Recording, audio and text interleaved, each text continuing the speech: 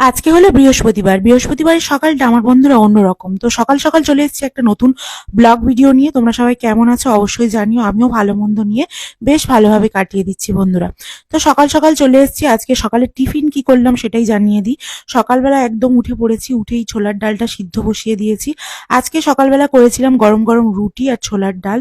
আজকে কিন্তু উঠেই আগে আটাটা মাখিয়ে নিয়েছি আর ছোলার ডালটা বললাম সিদ্ধ বসিয়ে দিয়ে তারপরে কিন্তু রুটিগুলোকে আমি করে নিচ্ছি। আমি এরকম একটা একটা করে করি আর একটা একটা করে সেঁকে সেঁকে অনেকে কিন্তু ওই জাল দিয়ে মানে গ্যাসে বসিয়ে করে, কিন্তু আমি ওরকম পারি না, সেই জন্য এরকম ভাবেই রুটি করি।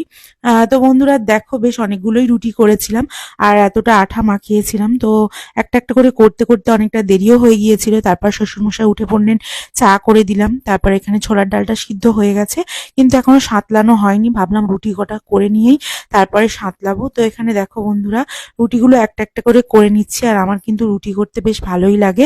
আগে একটাও রুটি করতে পারতাম না, কিন্তু এখন কিন্তু করতে পারি। বৃহস্পতিবার আজকের ভাই বাজারে চলে গেছে, বাবাও গেছিল বাজারে। তো চাটা খেয়ে বাবা যখন বাজারে গেছে তখনই কিন্তু টিফিনগুলো তার আগে রেডি হয়ে গেছিল, কিন্তু বাবা বললো বাজার থেকে এসে খাবো।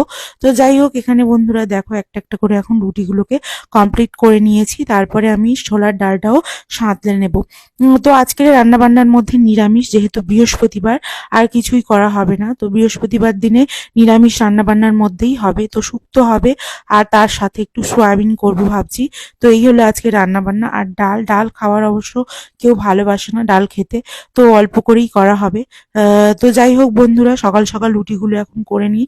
আর অনেকগুলোই রুটি করেছিলাম, যেহেতু ভাইয়ের বউ মানে আমার যা, আমি, তোমাদের দাদা ভাই, বাবা, মা বাদ দিয়ে, মা রুটি খেতে চায় না সকালবেলা। তো যাই হোক তারপরে আমি একটুকুনি আমাদের পাচন, ওই যে সকালবেলা খালি পেটে যেটা খাই সেটাই বানিয়ে নিচ্ছি বন্ধুরা।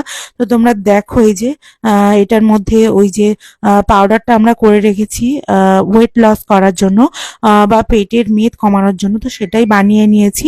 এখানে কিন্তু অনেকটা বানিয়েছি, তার কারণ আজকে 4-5 জন মিলে খাবো। আমার শাশুড়ি মা খাবেন, আমি, তোমাদের দাদা ভাই খাবো আর আমার যা, আমার দেওর।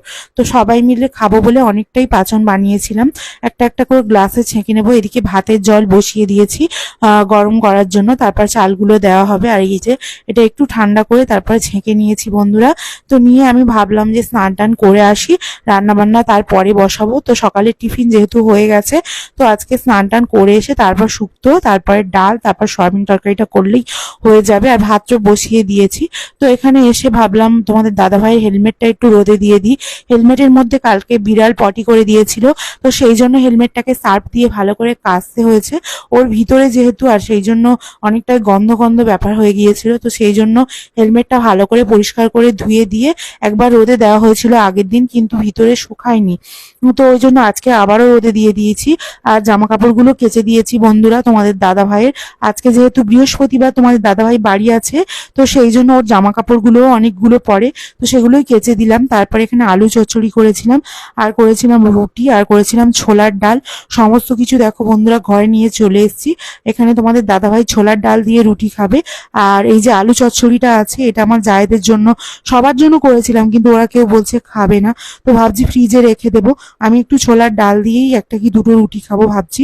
স্নান টান করে নিয়েছি আর এখন হচ্ছে রান্না করার পালা। তো যাই হোক আজকের এই হলো দিনটা। টাটা বন্ধুরা, ভালো থেকো, সুস্থ থেকো সবাই।